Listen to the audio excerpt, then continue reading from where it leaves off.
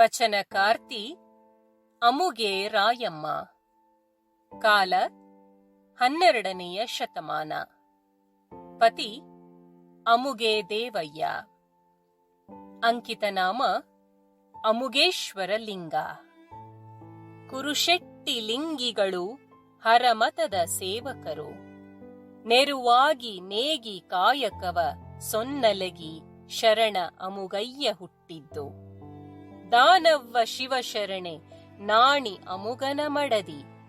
ಏನು ಹೇಳುವುದು ಶಿವಭಕ್ತಿ ಮನೆಯೊಳಗೆ. ತಾಣ ದೀವಿಗೆಯು ಕಾಯಕಕ್ಕೆ ವರದಾನಿ ಹೆಂಡತಿಯೇ ತರವಲ್ಲ ಈ ಊರು. ಮರುದಿನವೇ ನಡೆದು ಕಲ್ಯಾಣ ಸೇರೋಣ, ತರವಲ್ಲ ಭವಿಯ ತಾಣವು. ಈ ತ್ರಿಪದಿಗಳನ್ನು ಗಮನಿಸಿದಾಗ, ಪುಳೆಜೆಯಲ್ಲಿ ದೊರೆತ ಶಾಸನವನ್ನು ನೋಡಿದಾಗ ಅಮುಗೆ ರಾಯಮ್ಮನ ಜೀವನ ಚರಿತ್ರೆಯನ್ನು ಹೀಗೆ ಅರ್ಥ ಮಾಡಿಕೊಳ್ಳಬಹುದಾಗಿದೆ. ಕಲಬುರಗಿ ಸಮೀಪದ ಸೊಲ್ಲಾಪುರದಲ್ಲಿ ಅಮುಗಯ್ಯ ಹುಟ್ಟಿದ್ದು. ಅಮುಗೆ ದೇವಯ್ಯನ ಪತ್ನಿಯೇ ಅಮುಗೆ ರಾಯಮ್ಮ. ಇವರದು ನೇಯ್ಗೆಯ ಕಾಯಕವಾಗಿತ್ತೆಂದು ಸ್ಪಷ್ಟವಾಗುತ್ತದೆ. ರಾಯಮ್ಮ ಅಮುಗೆ ದೇವಯ್ಯಗಳ ಪತ್ನಿಯಾಗಿದ್ದಳೆಂದು ಅಮುಗೆ ದೇವಯ್ಯಗಳು ಸಾಂಗತ್ಯದಲ್ಲಿಯೂ ಹೇಳಲಾಗಿದೆ.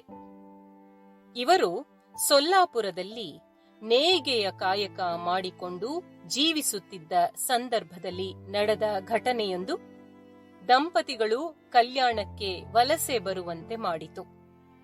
ಕಲ್ಯಾಣದ ಅನುಭವ ಗೋಷ್ಠಿಯಲ್ಲಿ ಪಾಲ್ಗೊಂಡ ದಂಪತಿಗಳಿಬ್ಬರೂ ವಚನಗಳನ್ನು ರಚಿಸುತ್ತಾರೆ. ಬಾವಿಯ ಉದಕವ ಕುಡಿವರ ಕಂಡೆ, ಬಾನಿನಲ್ಲಿಪ್ಪ ಉದಕವ ತರುವರ ಕಾಣೆ. ಹರವಿಯ ಅಗ್ಗಮಣಿಯ ಕುಡಿವವರನಲ್ಲದೆ ಅಮುಗೇಶ್ವರನೆಂಬ ಲಿಂಗವನರಿವವರ ಕಾಣೆ. ಅಮುಗೆ ರಾಯಮ್ಮ ಒಟ್ಟು 116 ವಚನಗಳನ್ನು ರಚಿಸಿದ್ದಾರೆ. ಹೆಚ್ಚಿನ ಸಂಖ್ಯೆಯಲ್ಲಿ ವಚನಗಳನ್ನು ರಚಿಸಿರುವ ವಚನಕಾರ್ತಿಯರಲ್ಲಿ ಅಮುಗೆ ರಾಯಮ್ಮ ಕೂಡ ಒಬ್ಬರು. ಅಮುಗೆ ರಾಯಮ್ಮನವರಿಗೆ ವರದಾನಿಯಮ್ಮ ಎಂಬ ಮತ್ತೊಂದು ಹೆಸರು ಇದ್ದುದು ತಿಳಿದುಬರುತ್ತದೆ. ಇವರು ತಮ್ಮ ವಚನಗಳಲ್ಲಿ ಬಸವಾದಿ ಶರಣರನ್ನು ಸ್ಮರಿಸಿದ್ದಾರೆ. ನವನಾರಿ ಕುಂಜರ ಪಂಚನಾರಿ ತುರಂಗವೆಂಬವನ ಮೇಲೆ ಬಿರಿದ ಕಟ್ಟಿದ ಬಳಿಕ ಪರಶಿವಂಗೆ ಸಾಕಾರವಾಗಿರಬೇಕು. ಬಸವಾದಿ ಪ್ರಮಥರಿಗೆ ಬಲುಗಯ್ಯನಾಗಿರಬೇಕು. ಬಸವಣ್ಣಂಗೆ ಲಿಂಗವಾಗಿರಬೇಕು. ಪ್ರಭುದೇವರಿಗೆ ಪ್ರಣವ ಸ್ವರೂಪವಾಗಿರಬೇಕು. ಅಮುಗೇಶ್ವರನೆಂಬ ಲಿಂಗವನರಿದಡೆ ನಿರ್ಭೇದ್ಯನಾಗಿ ನಿಜಲಿಂಗೈಕ್ಯನಾಗಿಪ್ಪನಯ್ಯ. ಅಮುಗೆ ರಾಯಮ್ಮ ಶರಣ ಸಿದ್ಧಾಂತಕ್ಕೆ ನಿಷ್ಠಳಾಗಿದ್ದ ಶರಣೆಯಾಗಿದ್ದಾರೆ. ಅತ್ಯಂತ ಸ್ವಾಭಿಮಾನಿಯಾಗಿರುವ ಇವರು ರಚಿಸಿರುವ ವಚನಗಳಲ್ಲಿ ಅನೇಕ ಮಹತ್ವದ ಸಂಗತಿಗಳಿವೆ. ಅವುಗಳಲ್ಲಿ ಕೆಲವನ್ನು ಇಲ್ಲಿ ನೋಡಬಹುದಾಗಿದೆ. ಕಾಗೆಯ ಮರಿ ಕೋಗಿಲೆಯಾಗಬಲ್ಲುದೆ, ಆಡಿನ ಮರಿ ಆನೆಯಾಗಬಲ್ಲುದೆ, ಸೀಳನಾಯಿ ಸಿಂಹದ ಮರಿಯಾಗಬಲ್ಲುದೆ. ಅರಿವು ಆಚಾರ ಸಮ್ಯಜ್ಞಾನವನರಿಯದೆ ನಾಮವ ಹೊತ್ತುಕೊಂಡು ತಿರುಗುವ ಗಾವಿಲರ ಮುಖವ ನೋಡಲಾಗದು ಅಮುಗೇಶ್ವರ.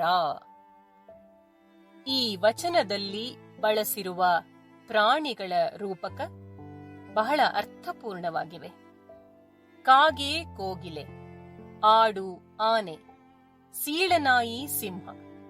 ಈ ಪ್ರಾಣಿ ಪಕ್ಷಿಗಳ ಗುಣವಿಶೇಷತೆಯನ್ನು ಅರಿತುಕೊಂಡ ರಾಯಮ್ಮ ತಾವು ಹೇಳಬೇಕಾಗಿರುವ ವಿಷಯವನ್ನು ಸೊಗಸಾಗಿ ಹೇಳಿದ್ದಾರೆ.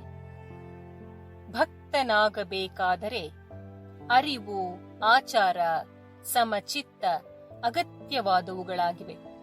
ಇವುಗಳನ್ನು ಅರಿಯದೆ ಕೇವಲ ನಾಮವನ್ನು ಹಚ್ಚಿಕೊಂಡು ತಿರುಗುವ ಗಾವಿಲರನ್ನು ಈ ವಚನದಲ್ಲಿ ವಿಡಂಬಿಸಿದ್ದಾರೆ. ಇವರು ನಾಮ ಹಚ್ಚಿಕೊಂಡಾಕ್ಷಣ ಭಕ್ತರಾಗುವುದಿಲ್ಲ, ಶರಣರಾಗುವುದಿಲ್ಲ ಎಂದು ಹೇಳುವುದಕ್ಕೆ ಮೇಲಿನ ಪ್ರಾಣಿ ಪಕ್ಷಿಗಳನ್ನು ಉದಾಹರಣೆಯಾಗಿಟ್ಟುಕೊಂಡು ಕಾಗೆ, ಕೋಗಿಲೆ ನೋಡಲು ಒಂದೇ ರೀತಿಯಾಗಿದ್ದರೂ ಕೋಗಿಲೆಯ ಕಂಠಸಿರಿ ಕಾಗೆಗಿಲ್ಲ, ಆಡು ಆನೆಯಾಗದು, ಸೀಳುನಾಯಿ ಸಿಂಹಗಳ ಹೆಸರಿನಲ್ಲಿ ಸಿ ಅಕ್ಷರ ಬಂದರೂ ಸೀಳುನಾಯಿ ಎಂದು ಸಿಂಹವಾಗಲಾರದು. ಇದೇ ರೀತಿ ಭಕ್ತ, ಡಾಂಬಿಕ ಭಕ್ತ ನೋಡಲು ವೇಷಭೂಷಣದಲ್ಲಿ ಒಂದೇ ಆಗಿ ಕಂಡರೂ ಢಾಂಬಿಕನೆಂದು ಭಕ್ತನಾಗಲಾರನೆಂಬ ಸ್ಪಷ್ಟ ಸಂದೇಶವನ್ನು ಈ ವಚನದಲ್ಲಿ ಹೇಳಿದ್ದಾರೆ. ರಾಯಮ್ಮ ಈ ವಿಷಯವನ್ನು ಕುರಿತು ವಿಡಂಬಿಸುವ ರೀತಿ ಕುತೂಹಲಕಾರಿಯಾಗಿದೆ. ಅನುಭಾವಿಗಳೆಂದರೆ ಯಾರೆಂಬುದನ್ನು ಅಮುಗೆ ರಾಯಮ್ಮ ತಮ್ಮ ಕೆಲವು ವಚನಗಳಲ್ಲಿ ಸ್ಪಷ್ಟಪಡಿಸಿದ್ದಾರೆ. ಕಾಮ, ಕ್ರೋಧ, ಅತಿಯಾಸೆಗಳನ್ನು ಬಿಡದವರು ಅನುಭಾವಿಗಳಲ್ಲ. ಅಹಂಕಾರಿಗಳು ಅನುಭಾವಿಗಳಲ್ಲ. ಕುರಿಗಳಂತೆ ತಿರುಗುವ ಮೂಢರು ಅನುಭಾವಿಗಳಲ್ಲ. ಇಷ್ಟಲಿಂಗವನರಿಯದವರು ಅನುಭಾವಿಗಳಲ್ಲವೆಂದು ಹೇಳಿದ್ದಾರೆ. ನಿಜವಾದ ಅನುಭಾವಿಗೆ ಅಂಗಶೃಂಗಾರವಿರುವುದಿಲ್ಲ ಮತ್ತು ಇತರರು ತನ್ನವರು ಎಂಬ ಭೇದವಿರುವುದಿಲ್ಲ ಎಂದು ತಿಳಿಸಿದ ರಾಯಮ್ಮ ಅನುಭಾವಿ ಎಂದರೆ ಯಾರೆಂಬುದನ್ನು ಈ ವಚನದಲ್ಲಿ ಹೀಗೆ ಹೇಳಿದ್ದಾರೆ.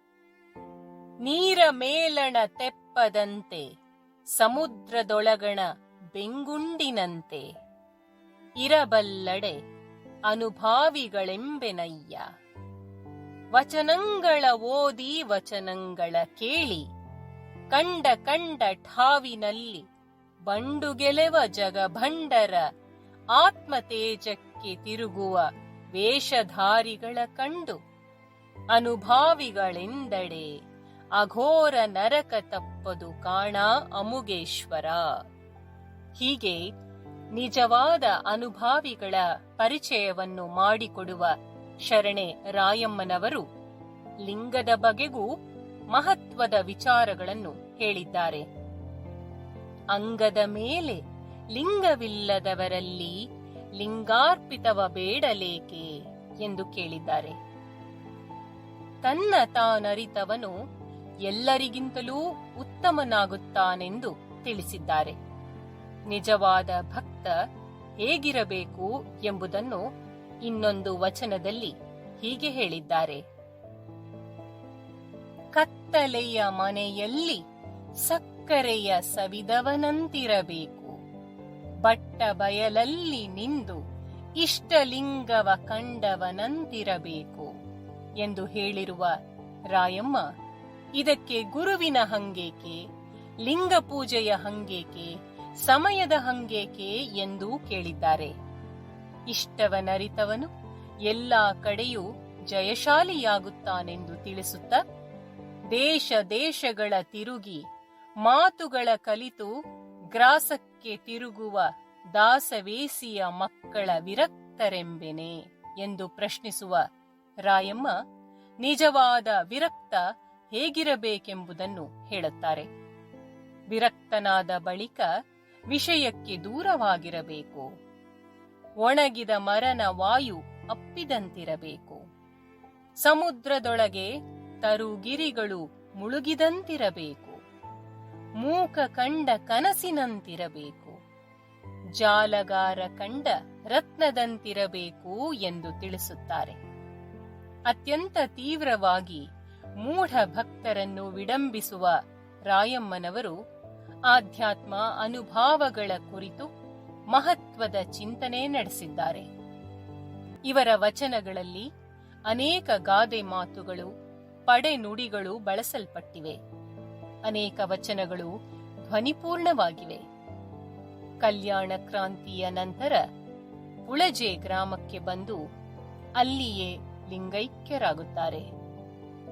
ಅಮುಗೆ ರಾಯಮ್ಮ ಶರಣರ ಕ್ರಾಂತಿಯ ನಂತರವೂ ಕೆಲವು ವರ್ಷ ಪುಳಜೆ ಗ್ರಾಮದಲ್ಲಿ ಜೀವಿಸಿರಬಹುದಾಗಿ ಸಿದ್ದರಾಮ ಚಾರಿತ್ರದಲ್ಲಿ ಈಕೆಯ ಬಗೆಗೆ ಪ್ರಸ್ತಾಪಿಸಲಾಗಿದೆ.